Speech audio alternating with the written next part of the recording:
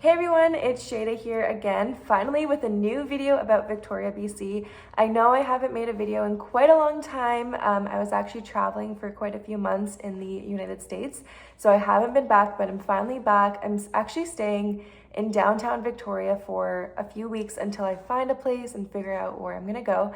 So, I thought that I would make this video about the current living rental situation in Victoria. As myself, I've been looking for an apartment in Victoria, and there's been some very interesting stuff in the news about the rental market in Victoria and just the current landscape of what it's like to try to find a place to rent in terms of the cost, because as we all know, inflation has been killing us this year for everything in our lives. Like, it feels like everything has just gotten so much more expensive. So I wanted to make this video to kind of shed some light onto the housing situation in Victoria in terms of renting. There was an article that was just released, I believe by CTV News, and it said that you need to have a yearly income of $187,000 to purchase a home in Victoria. Now, I think the percentage of people that actually make that income in Victoria is very, very low. So obviously most of us are probably not buying property right now, given that that income level is so high. I think I saw for Vancouver, it was $220,000 a year to be able to afford a home. So I wanted to start with an average stat. This is by Zumper.com, which says that the average rent for a one-bedroom apartment in Victoria, BC is currently $2,175. So that's a 30% increase compared to the previous year, 2021. I think that is so crazy. I don't know many people who have had a 30% increase in their incomes, like at their jobs. So obviously, like, that's just insanity that it's gone up that much. And I know that this is happening like right now in a lot of places in the country, in the world, in the States. So it's not like an uncommon thing just for this city. It's like, it's like a nationwide thing, I would say. And there's obviously like Vancouver, Kelowna, a lot of other big or small cities in BC are also seeing this kind of growth in the rental prices. And so as of now, supposedly there are 145 apartments for rent. I am in a lot of like groups, like Facebook groups, or group chats for Victoria, BC, just for people living in Victoria.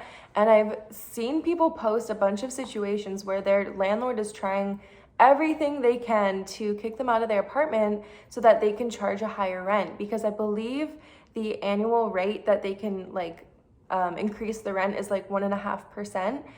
But if you were to see that like other apartments that are similar are going for 30% more, yeah, some person who's not very ethical is going to be like trying to kick out their person so that they can charge way more.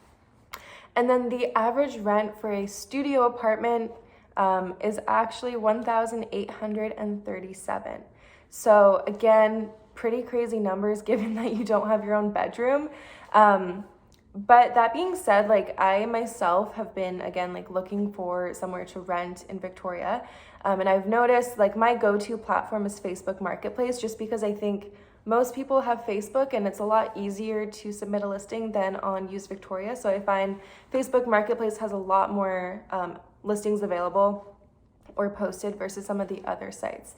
And I've noticed that people are starting to rent just one room in their house, like shared kitchen, shared bathroom, everything shared, between, let's just say, like in the Victoria core, so like downtown kind of area, from like $900 to like $1,400 a month just for one room in a house.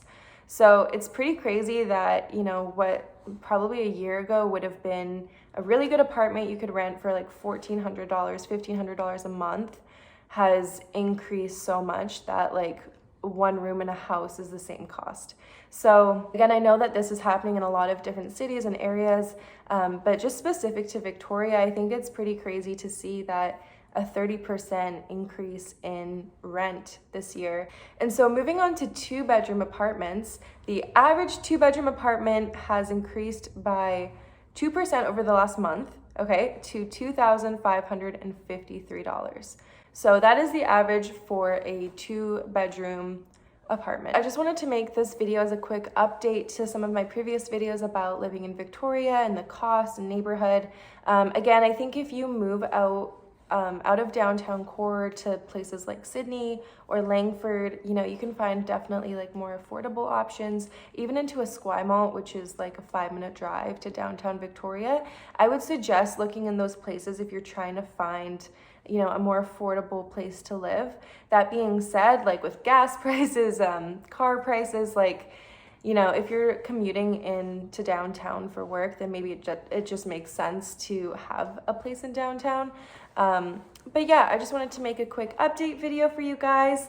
I feel for you if you're looking for an apartment right now in Victoria. It's a known fact that inventory here is super low for how much the city is growing.